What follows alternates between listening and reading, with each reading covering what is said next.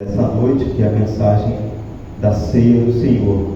Ela é muito importante, toda a palavra é importante, toda a parte do culto é importante, são ofertas que são realizadas e nós estaremos hoje falando um pouco de missões. Eu vou passar agora um vídeo, nós vamos ver esse vídeo é do pastor João Marcos, ele é diretor das missões nacionais, mundiais. Ele é responsável aí pela parte de divulgação, coordenação, organização. As igrejas batistas da convenção têm uma junta de missões mundiais, tem uma junta de missões nacionais. Eu quero muito poder estar apresentando aos irmãos.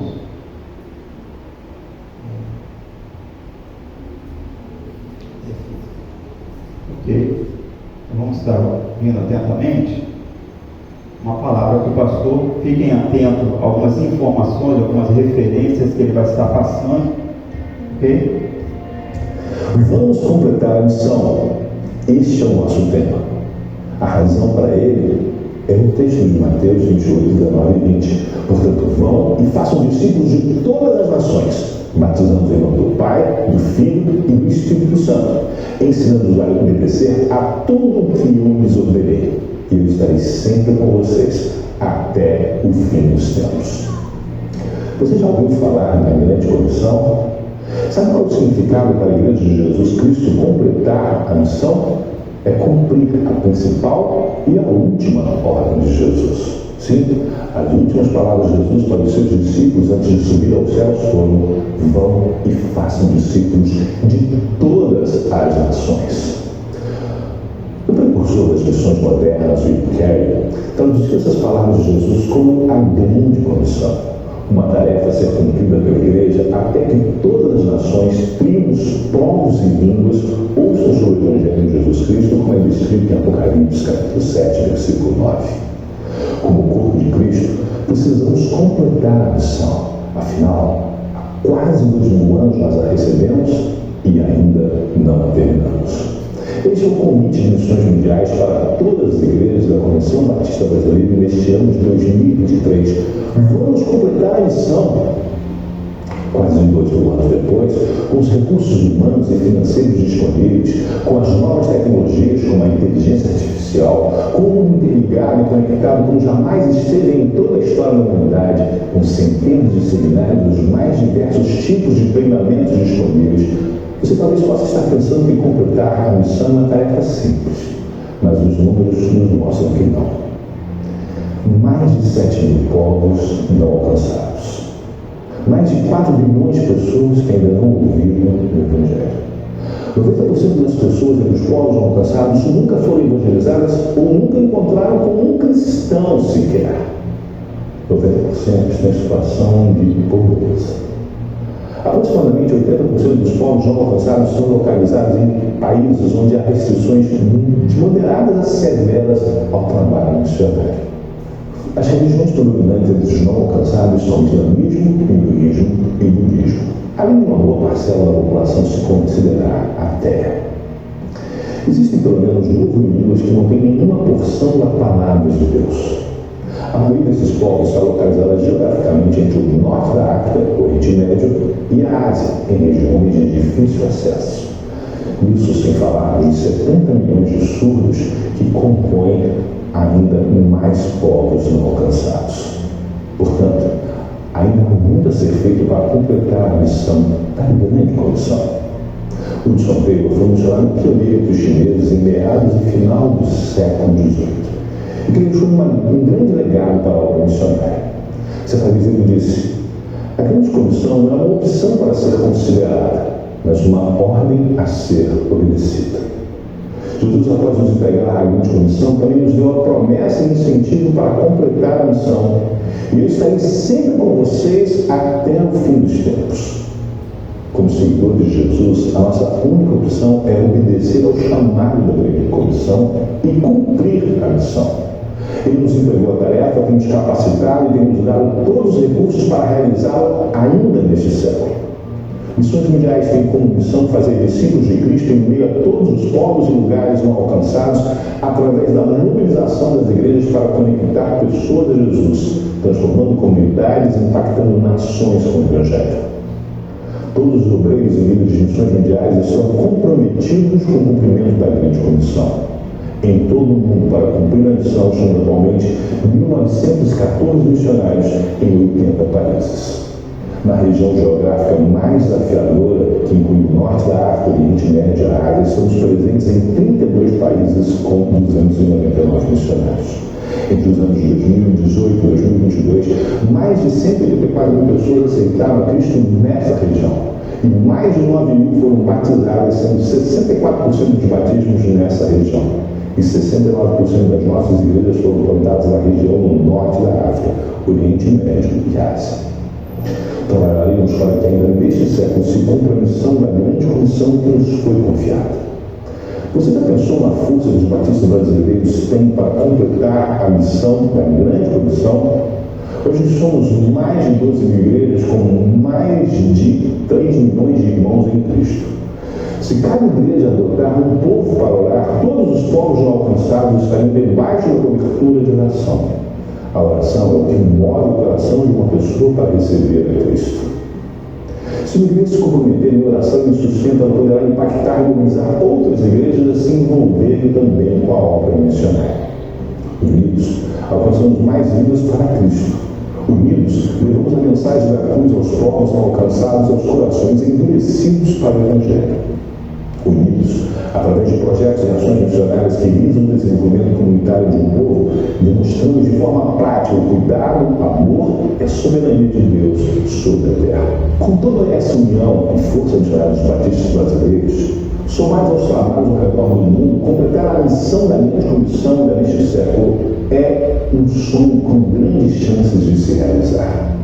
Coloque no seu coração a realização da grande comissão como parte do seu princípio de vida, algo intrínseco à sua identidade como seguidor de Jesus Cristo, assim como é para nós missões mundiais. Vamos dar o nosso melhor para cumprir a ordem nos dada por Jesus. Envolva-se indo aos campos, mobilizando sua igreja, pequenos grupos e amigos. Olhe pelos povos não alcançados e pelos missionários. Também oferte para que tudo isso seja possível. Sigamos em frente como discípulos de Cristo, pregando a sua mensagem de arrependimento, liberdade e transformação, para que ele seja glorificado e todos venham a ter uma vida na presença de Deus. Vamos completar a missão.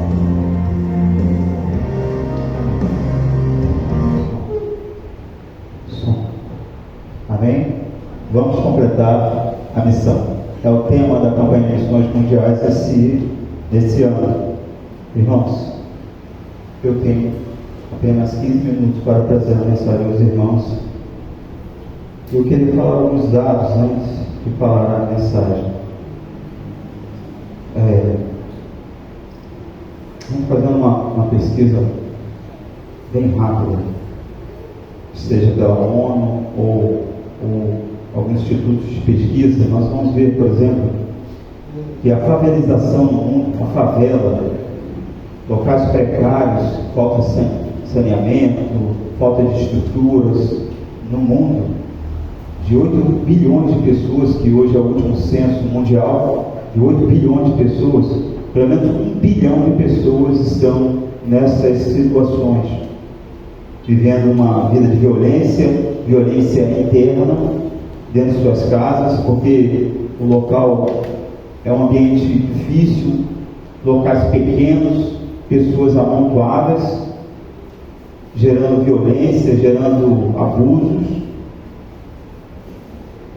Vemos também produção de lixo no mundo, cerca de 1,4 bilhões de toneladas de lixo no mundo, onde pessoas vivem no meio desse lixo, sem uma perspectiva, vivendo abaixo da vivência, viver, apenas sobrevivendo. As maiores populações, nós sabemos que no mundo, os 2 países que detêm a maior população é a Índia e a China, com cerca de 1,4 bilhões de pessoas para cada país, dando aí cerca de 3 bilhões de pessoas, de um total de 8 bilhões de pessoas em todo o mundo. Esses 2 países detêm toda a população aí do mundo. A maior população, então, como eu falei, é da China e a Índia. As cidades que são as megalópolis, que são cerca de mais de 1 milhão de pessoas vivendo. Nós temos aí Tóquio, Japão, 37 milhões, Nova Delhi, na Índia, 3,31 milhões, Xangai, China, 27 milhões, e São Paulo fica em torno de 22 milhões de pessoas na cidade de São Paulo. Aí nós vemos então que essas pessoas, elas não têm perspectiva, não têm como viver, vivem por si só mesmo, tentando sobreviver, não tem descanso, não tem momentos de lazer com a sua família, não tem tempo para a sua família, passam boa parte do tempo em movimentação, e assim então não há nenhuma perspectiva. O pecado, ele traz esses transtornos, traz esses sofrimentos, ou seja, aquilo que plantamos realmente colhemos. O pecado foi terrível e nos trouxe perversas consequências desde o Éden. O homem, ele não pode se questionar da sua vida, diz o texto da palavra de Deus. Se queixa o homem da sua vida de pecado. Queixe daquilo que você tem feito, daquilo que você planta, daquilo que você colhe. Mas só que quando nós vemos cidades, nós vemos países opressores, países que não permitem o evangelho chegar, por exemplo, China, que é um local super fechado, as igrejas são controladas, o Estado ele está dentro da igreja de uma forma direta mesmo. Tem um diretor lá dentro da igreja dizendo o que é e o que não é, e observando o que se prega ali. Por quê? Porque aonde chega o evangelho, chega também liberdade. A escravidão acaba, o respeito ao outro, a liberdade do outro passa a existir. Irmãos, eu vou ler aqui a palavra de Deus. Eu vou pedir aos irmãos que fiquem de pé. São 3 textos. Normalmente eu não uso textos assim, mas é a parte que nós iremos então conversar rapidamente antes de nós passarmos a palavra. Diz assim no livro de Romanos 1,16. Romanos 1,16 aos irmãos. Vamos ler? Romanos 1,16.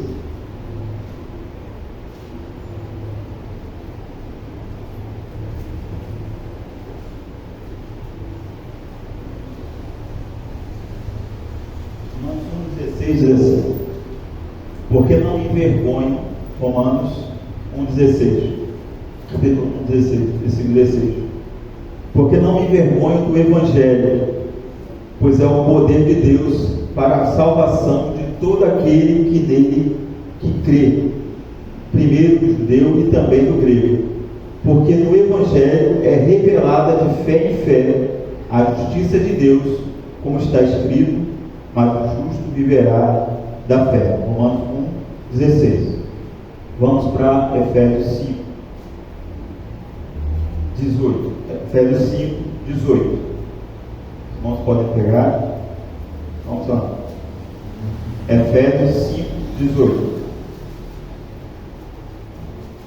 Não se assustem com o versículo. Vamos conversar um pouco rapidamente o que ele está dizendo aqui. Efésios 5, 18. Já? Efésios 5, 18. É necessário que a gente leia esse texto. Efésios 5, 18 diz assim: e não vos embriagueis com vinho, em que há contenda, mas enchei-vos do Espírito. Vamos lá? E não vos embriagueis com vinho, em que há contenda, mas enchei-vos do Espírito. E o último texto, mas bem conhecido, Mateus 28, 19 ao 20, que é a grande comissão. Mateus 28, 19 e 20. Vamos lá? Vamos treinar um pouquinho. O texto está um pouquinho enferrujado, a Bíblia está um pouquinho presa, colada. Vamos lá. Mateus 28, 19 ao 20. Diz assim o texto: ide por todo Ide, portanto, fazei discípulos de todas as nações, batizando-os em nome do Pai, do Filho e do Espírito Santo, ensinando-os a guardar todas as coisas que vos tenho ordenado. E eis que estou convosco todos os dias até a consumação do século. Vamos ler de novo? Ide, portanto, fazei discípulos de todas as nações, batizando-as em nome do Pai, do Filho e do Espírito Santo, ensinando-as a guardar todas as coisas que vos tenho ordenado. E eis que estou convosco todos os dias até a consumação do século. Amém? Irmãos, podem sentar. Irmãos, esse pouco tempo que resta para passar para o próximo, mas falarei. Irmãos, nós temos aqui 3 versículos, uma tríade. Um fala do Evangelho, outro do Espírito Santo de Deus, e o último fala sobre a comissão, a grande comissão, a igreja comissionada. Irmãos, o Evangelho é Jesus. Jesus é o Evangelho. Ele é a boas novas, que isso significa o Evangelho. Ele é a boas novas. O mundo não odeia Jesus, no sentido de que a pessoa dele, mas naquilo que ele é e tudo aquilo que ele representa. Ele é a verdade. Pôncio Pilatos esteve diante de Jesus e perguntou: o que é a verdade? E ele vai dizer: para isso eu vim, tu és rei. Ele vai dizer: para isso eu vim, para isso eu nasci. Todos os filhos de Deus nascem pela pregação do Evangelho, pelo poder do Espírito Santo, que aceitaram a Jesus e que mudaram a sua vida e nasceram de novo, passaram pelas águas, pelo batismo. Eles nasceram de novo e podem dizer a mesma coisa que Jesus fala. Eu sempre tenho dito isso, que nós somos discípulos de Jesus, por isso nós repetimos aquilo que ele fala. Quando falar para você, você é crente? Para isso eu vim, para isso eu nasci. Então nós repetimos aquilo que o Evangelho, que é Jesus, que veio dos céus, se manifestou no mundo. Ele é o Evangelho. E Paulo vai dizer aqui: porque eu não me envergonho do Evangelho. Então ele não se envergonha de Jesus. Então nós não temos vergonha do Senhor. Nós não temos vergonha de dizer de quem somos, a quem pertencemos e a quem falamos, de quem falamos. Eu estou no local, não posso falar porque aqui são pessoas muito cultas, que são magistrados, juízes, advogados, doutores. Houve um grande tempo que se falar que era evangélico era uma pessoa sem cultura, sem conhecimento, uma pessoa sem visão, não é moderna, não aceita certas coisas, uma pessoa relegada a uma classe que era ignorada. Hoje estamos na mídia. Mas Paulo vai dizer exatamente isso: não me envergonhe do Evangelho. E ele vai dizer: pois é o poder de Deus para a salvação de todo aquele que nele crê. O Evangelho não é só esse texto, mas esse texto que está todo manifesto no próprio Senhor Jesus Cristo. Tudo que se manifesta é luz, tudo que se manifesta é a verdade, e a verdade é Jesus. Em última análise, tudo que vai permanecer é aquilo que está na verdade, e a verdade é o próprio Senhor Jesus Cristo. Não acreditem, irmãos, neste mundo perverso, políticos, ações humanas, tudo que ainda tem aparência de bondade, se não vem do Senhor e haja realmente algo puro, sem interesse. Não acreditem, porque tudo que se manifesta é luz, e o Senhor Jesus Cristo se manifestou. Ele é o poder de Deus, e Paulo vai deixar claramente isso: ele é o poder de Deus. Quando falamos que somos crentes, as pessoas já não desenham assim, já sei o que ele é. É o crentezinho, é o santinho, não pode falar certas coisas perto dele, ele não aceita certas coisas. Então, ou senão a pessoa já olha para a pessoa: você é crente? Então é assim, nós somos assim. Por quê? Porque nós fazemos uso do Evangelho, nós fazemos uso da palavra. É por isso que as pessoas elas nos fecham tanto, porque sempre nós está escrito, está escrito, está escrito, e sempre nós falamos de uma pessoa, e essa pessoa é Jesus. Não há outra pessoa. Não há outra pessoa que possa estar fazendo sombra ao lado de Jesus.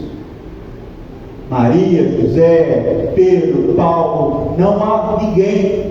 Todos os apóstolos apontam para Ele. Tudo é Ele, porque é Ele que se manifesta. Ele é que é luz, Ele é que é perfeito. Nele foram criadas todas as coisas.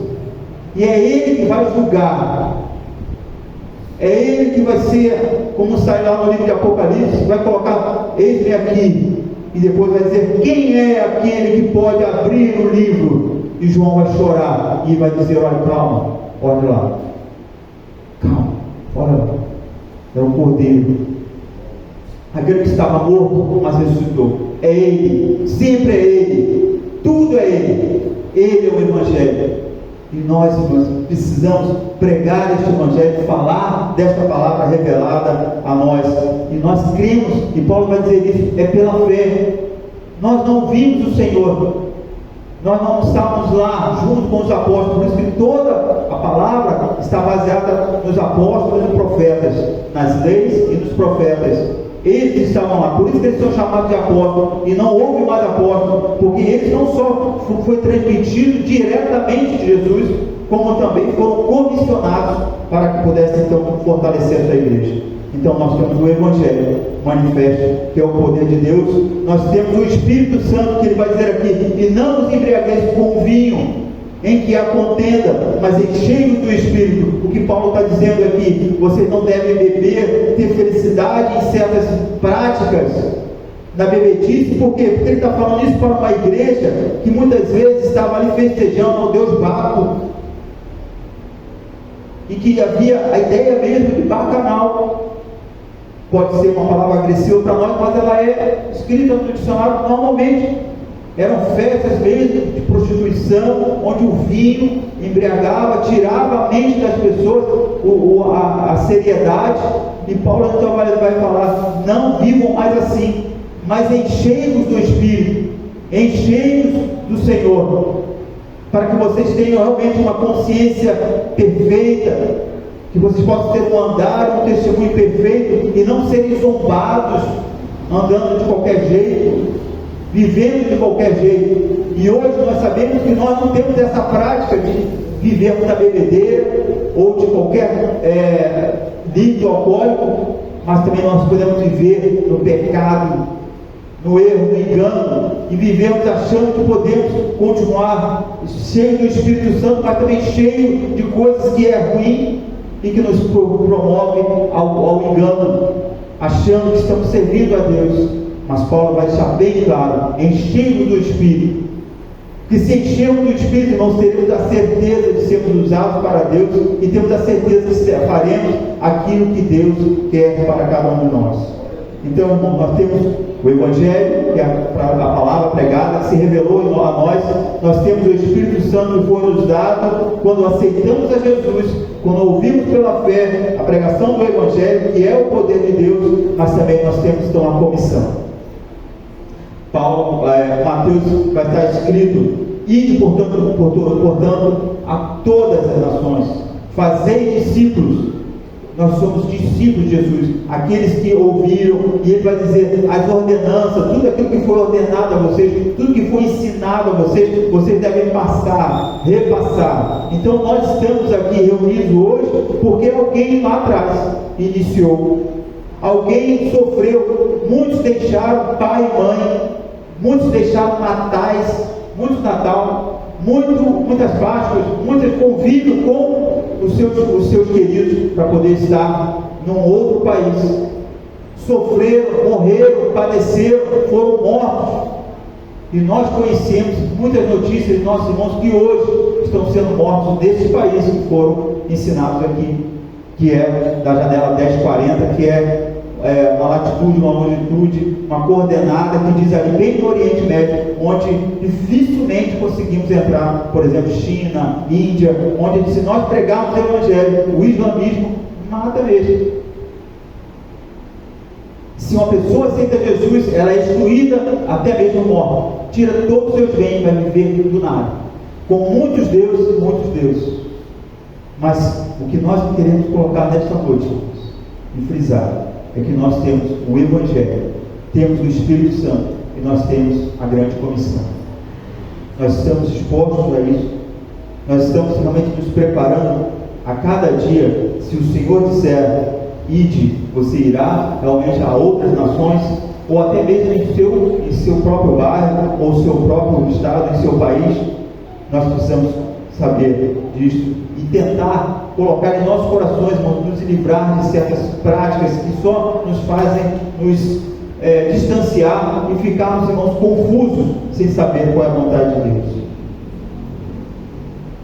O poder do Evangelho tem efeitos imediatos, como foi falado, irmãos. Ele mostra a bondade, o juízo e a misericórdia de Deus, mas também o quanto estou perdido e necessitado de Deus. Irmãos, é verdade isso. Quando eu leio o Evangelho, eu me percebo o quanto sou perverso, o quanto eu sou pecador e o quanto eu necessito de Deus. E fico pensando, por que Deus me escolheu? Por que estou num corpo santo que é a igreja? Por que estou dentro da igreja? O que Deus quer é que nós sejamos transformados pelo poder do Espírito Santo. E para isso, nós precisamos então ceder, Deus. O que você ainda não tem cedido? O que você tem guardado para você? O que você tem escondido? O que você não tem abandonado? O que você tem ainda guardado e tem impedido de servir a Deus? Você viu. Há muitas coisas, como o pastor João Marcos colocou, há muito o que fazer. Quantos lugares que ainda mais de 90% das pessoas ainda não conhecem a Jesus? Eu lembro de um missionário falando que ele se assustou, ele chorou quando ele foi falar que você conhece Jesus em um país. Você, quem é? Mas é Jesus, é o Filho. Ele começou a chorar. Por quê? Porque ele ama o Senhor, ele quer falar para todos o amor do Senhor, mas essas pessoas não estão em países que são como hoje, católicos, ou tem alguma vertente cristã. Lá não tem nada, zero do Evangelho. Zero do Evangelho. Mas vamos completar a missão. E essa igreja, eu acredito que nós estamos trabalhando aos poucos, vamos trabalhar muito. Chamar o pastor, pode ir, pastor? Vamos estar, para podermos estar manifestando a missão e assim então podemos completar a missão. Irmãos, em outro momento estaremos falando mais de missões, vou passar porque o tempo já avança, mas estaremos falando mais vezes do Evangelho e também das missões para a igreja. Fica aqui o desafio que nós então vamos completar a missão, que é o tema de missões mundiais para este ano. Pode estar orando, pode estar orando por essa parte de missões, pode estar orando por essa parte de missões. Irmãos, então vamos orar, vamos ficar de pé. Quero que você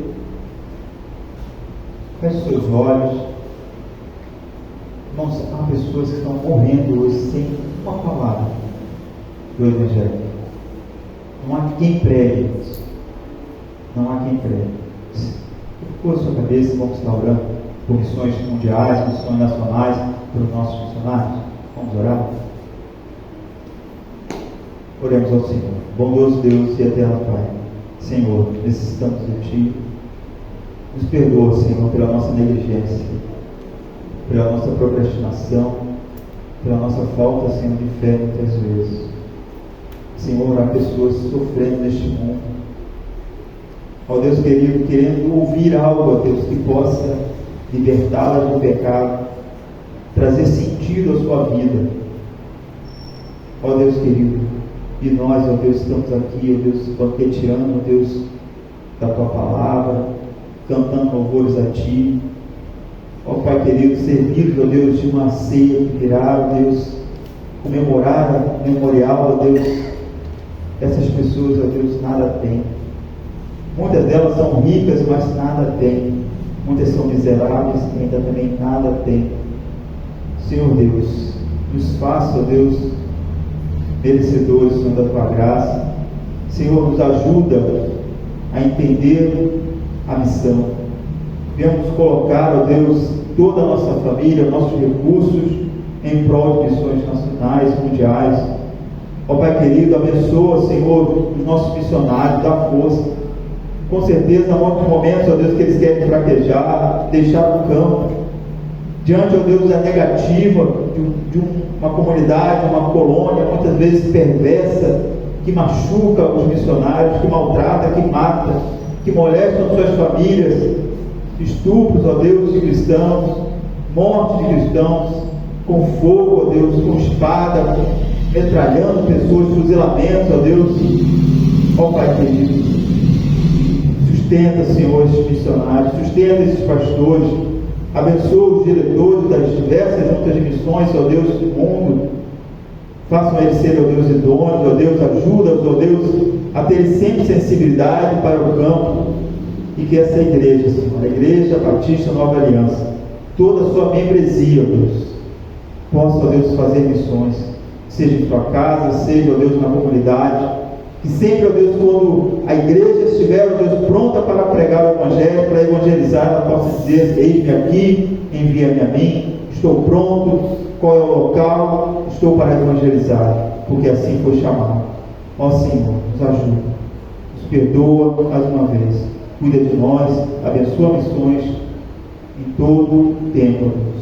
Cuida de nós, pedimos em nome de Jesus. Amém.